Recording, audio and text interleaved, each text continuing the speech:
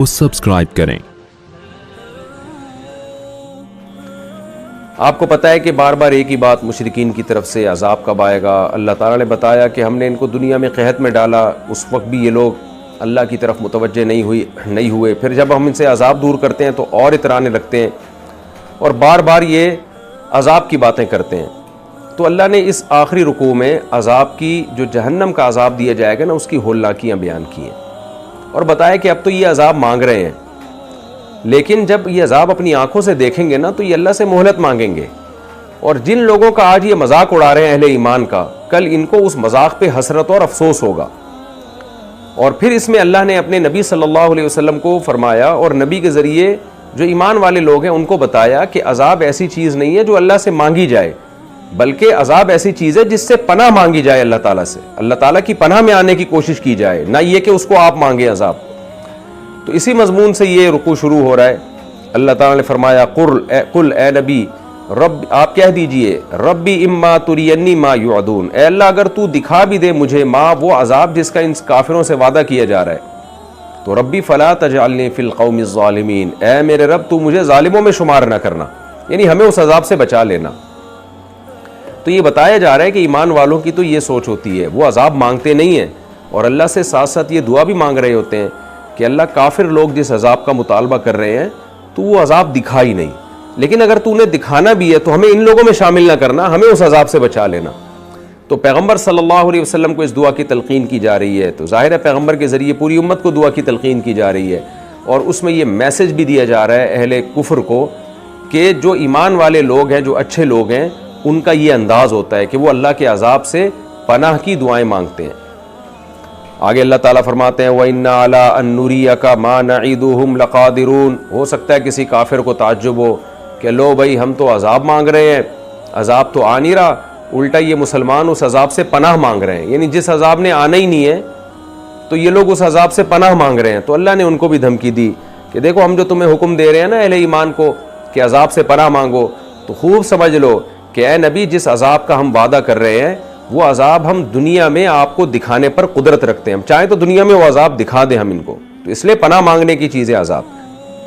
آگے اللہ فرماتے ادفع باللتی ہی احسن السیئہ، اے نبی آپ ان کی برائی کو، ان کافروں کی جو برائی ہے نا اس کو اچھی خصلت کے ذریعے دور کیجئے، یعنی برائی کا بدلہ برائی سے نہ دیجئے۔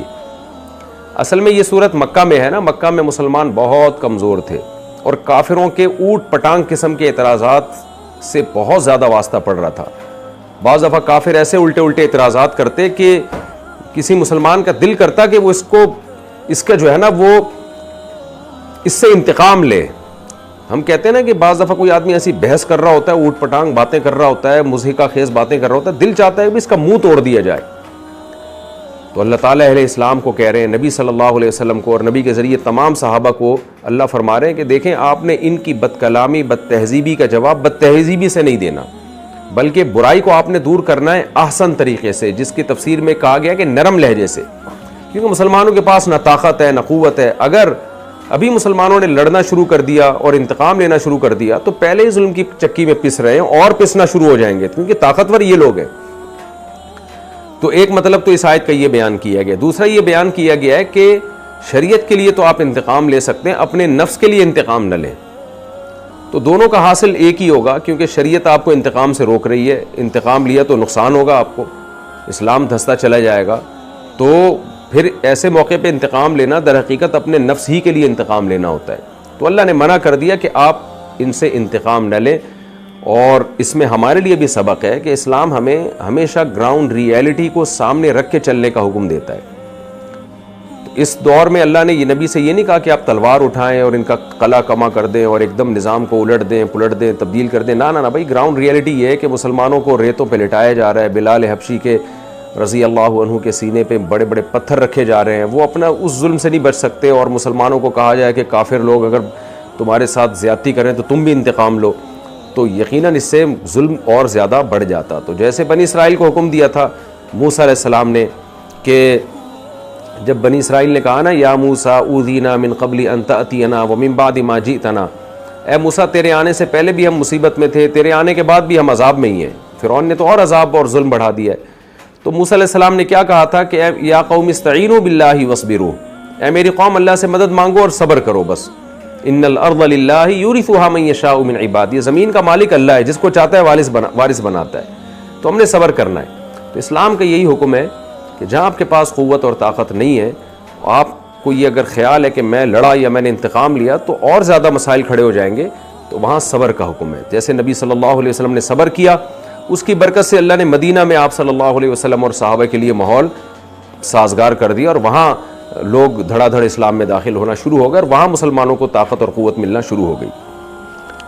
تو اے نبی آپ اچھے طریقے سے ان کی برائی کا جواب دیجئے. نحن اعلم بما یصفون، جو باتیں یہ کر رہے ہیں ہم خوب جانتے ہیں.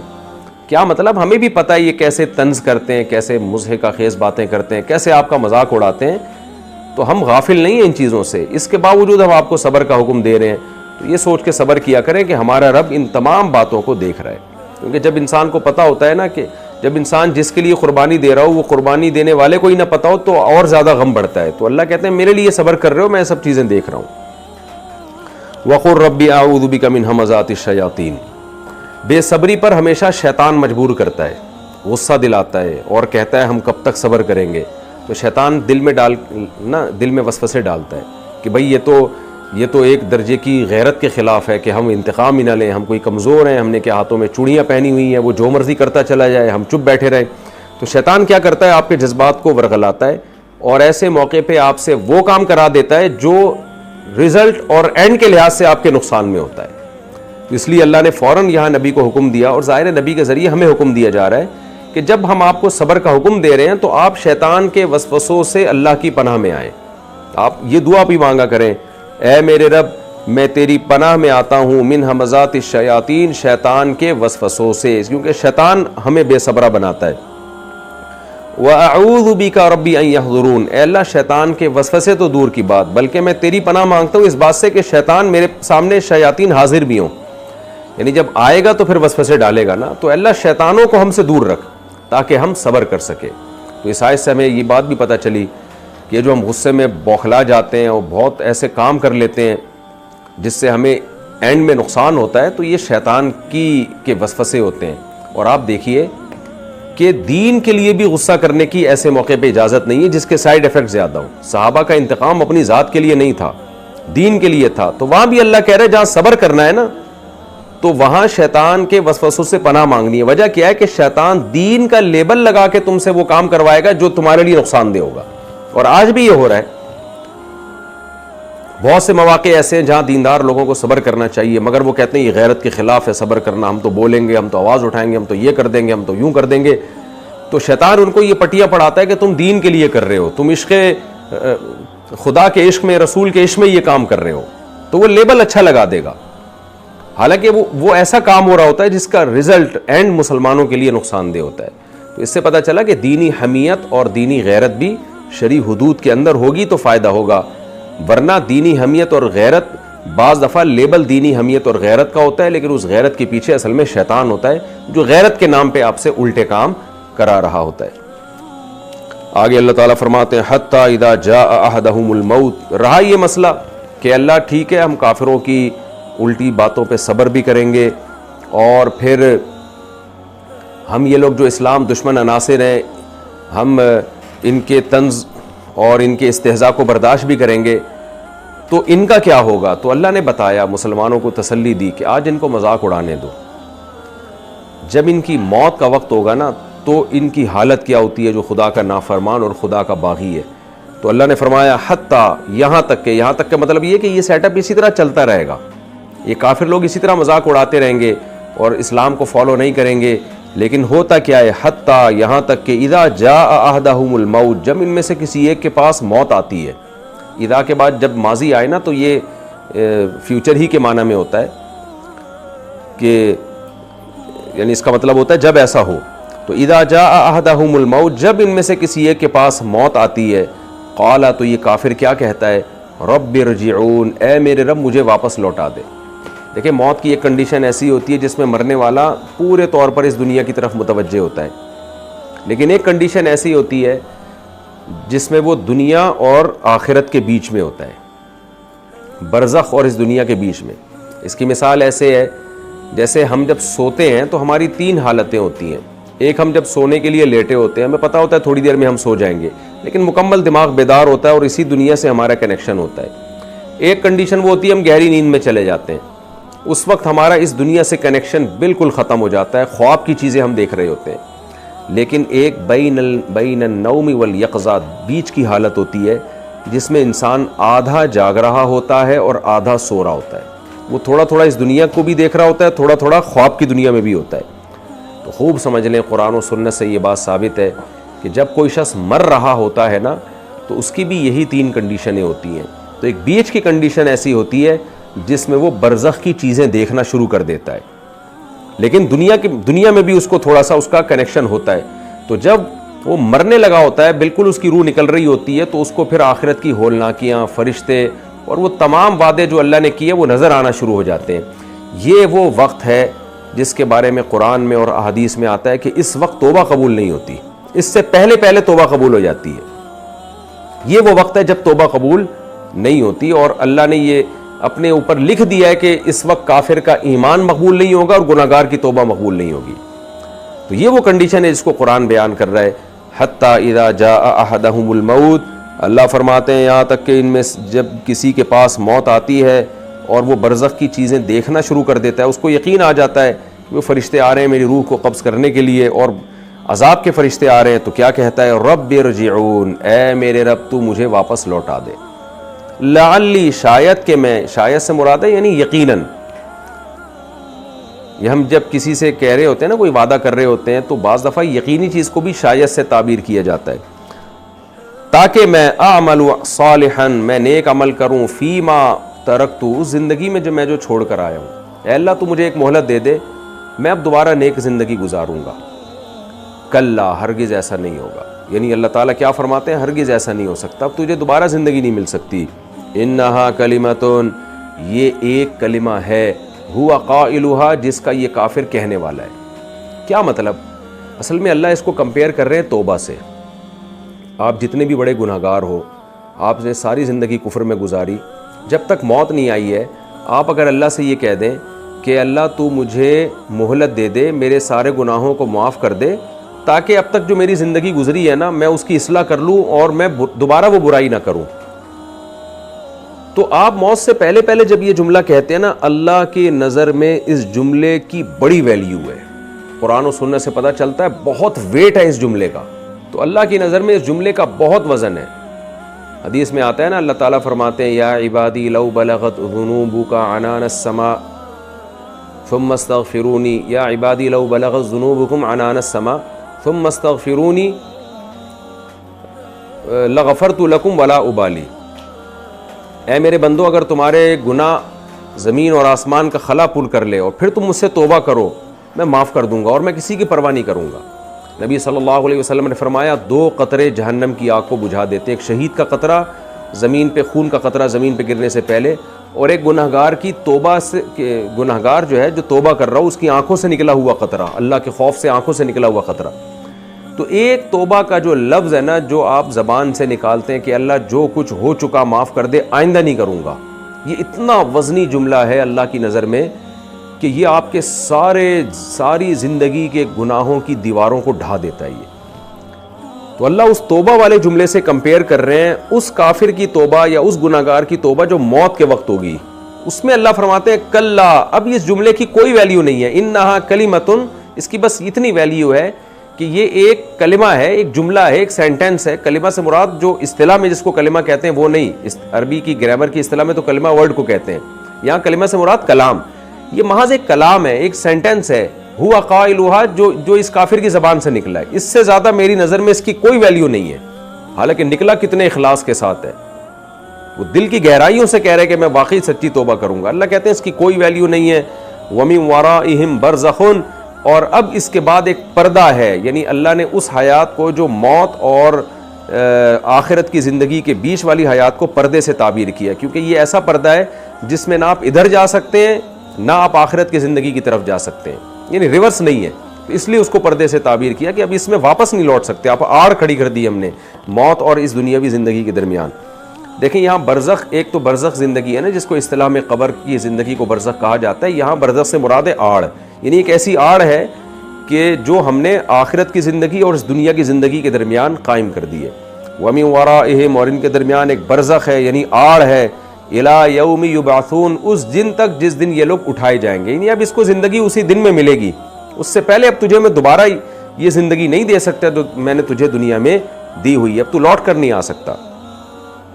فَإِذَا نُفِخَ فِي الصُّورِ، ایک تسلی ہوتی ہے کہ شاید بھائی دوبارہ اللہ نے کہہ دیا کہ تجھے زندگی ملے گی، تو ہو سکتا ہے اس زندگی میں اس کو دوبارہ مہلت دے دی جائے، تو اللہ کہتے ہیں نہیں، اب جو برزخ جب ختم ہوگی، برزخ کی حیات، اور اس کے بعد جو اس کو زندگی ملے گی تو اس میں کیا حال ہوگا۔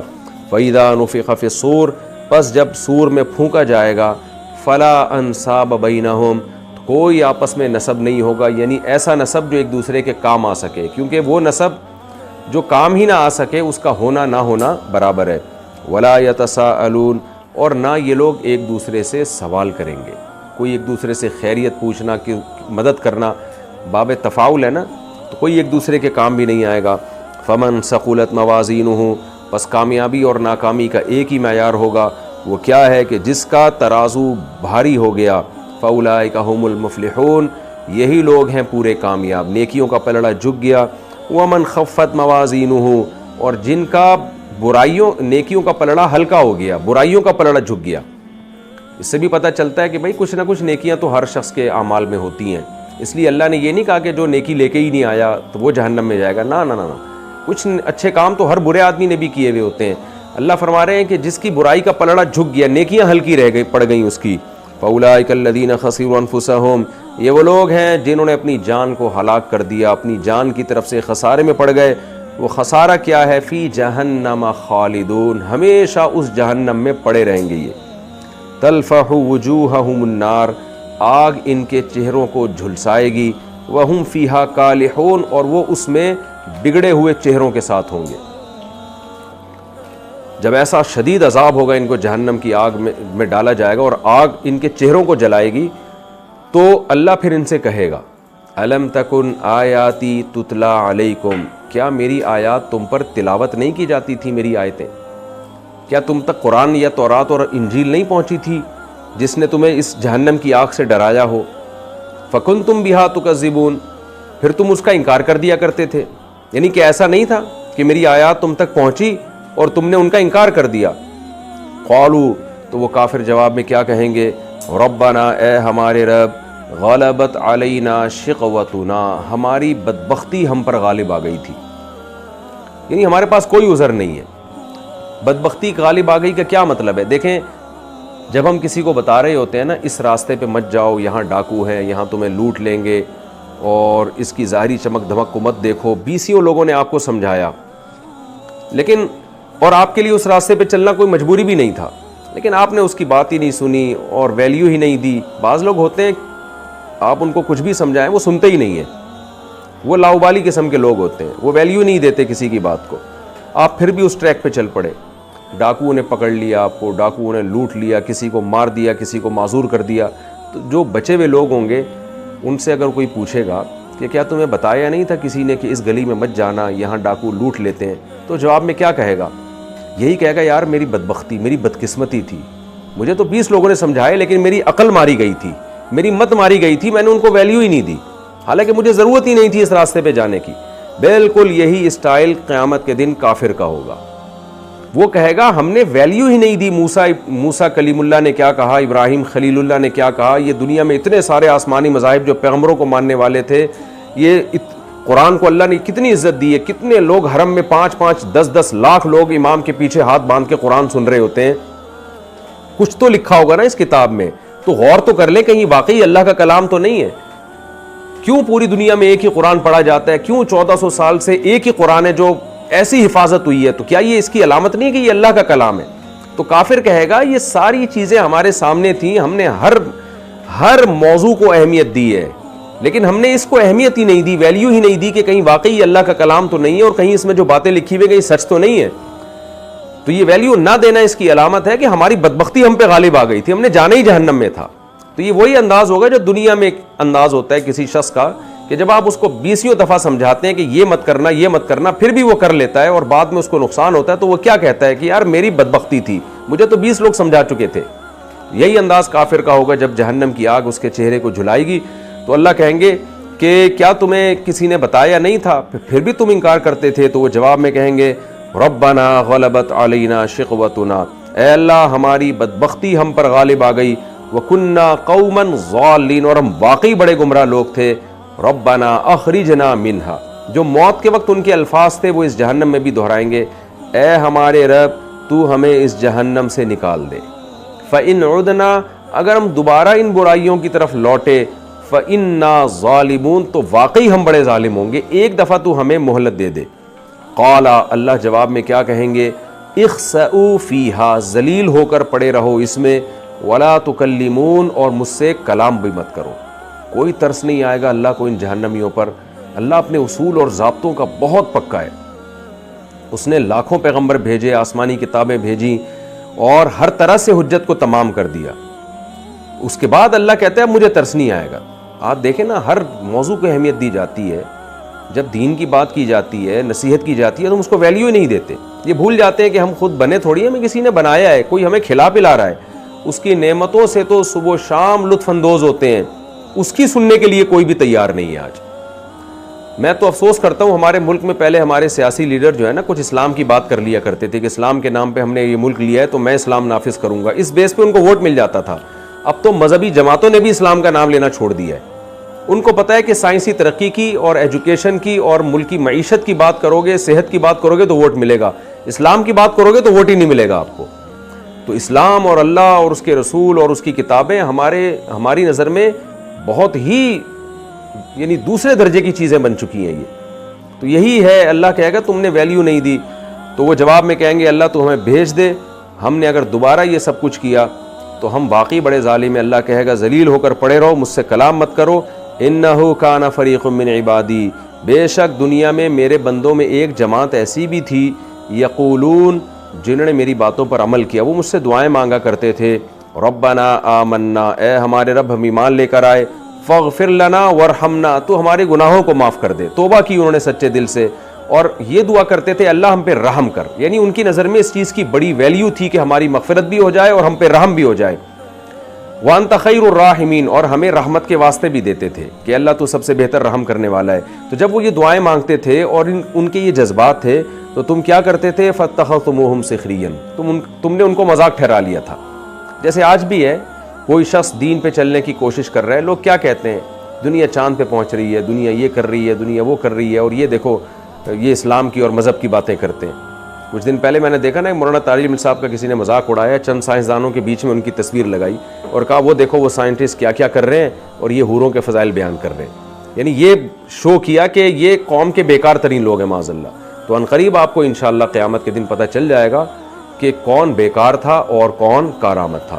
تو اللہ کہتے ہیں تم ان کا مذاق اڑایا کرتے تھے، تو حتیٰ انسوکم ذکری، اور ان لوگوں نے یعنی ان کے مذاق اڑانے نے تمہیں میری یاد سے غافل کر دیا، وکنتم منہم تضحکون، اور تم ان سے ہنسا کرتے تھے، انی جزیلتہم اليوم بما صبروا، دیکھو انہوں نے صبر کیا، آج اس صبر کا میں نے ان کو کیسا بدلہ دیا، انہم ہم الفائزون، جن کا تم مذاق اڑاتے تھے آج وہی لوگ کامیاب ہیں۔ قال کم لبثتم فی الارض عدد سنین، اللہ پھر ان سے کہے گا بتاؤ جس دنیا کے پیچھے تم نے اس آخرت کی زندگی کو برباد کیا، بتاؤ اس دنیا میں تم رہے کتنا عرصہ ہو۔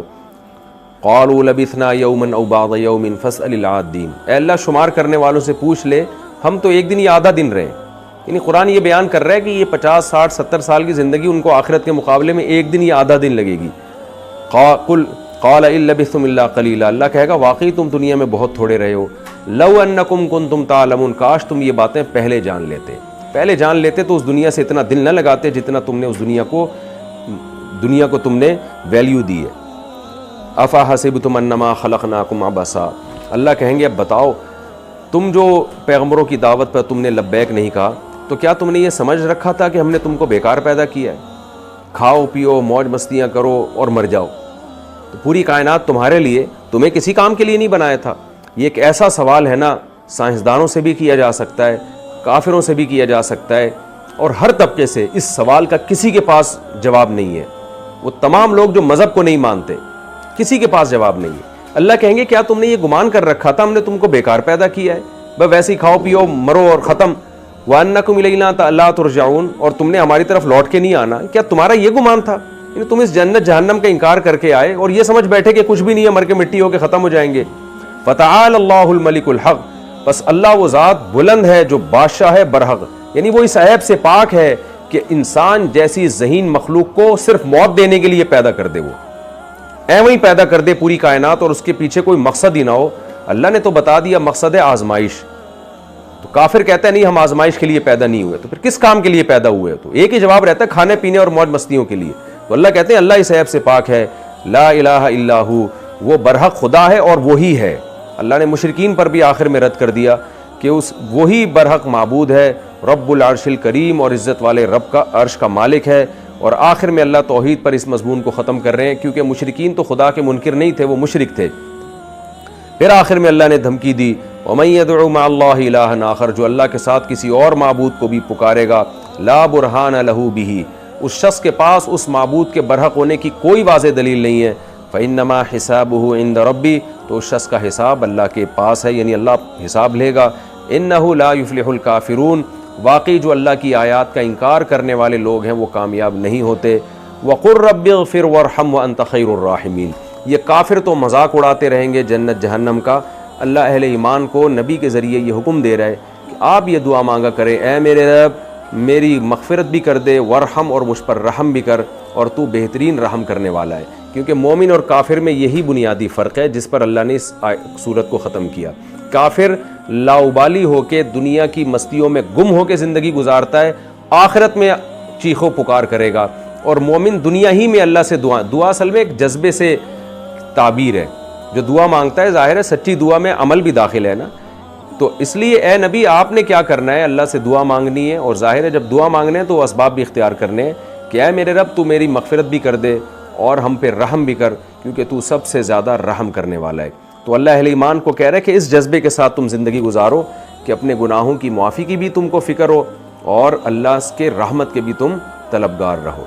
بہت اہم صورت تھی یہ, الحمدللہ ختم ہو گئی, اور بہت عجیب و غریب مضمون پہ اللہ نے اس کو ختم کیا.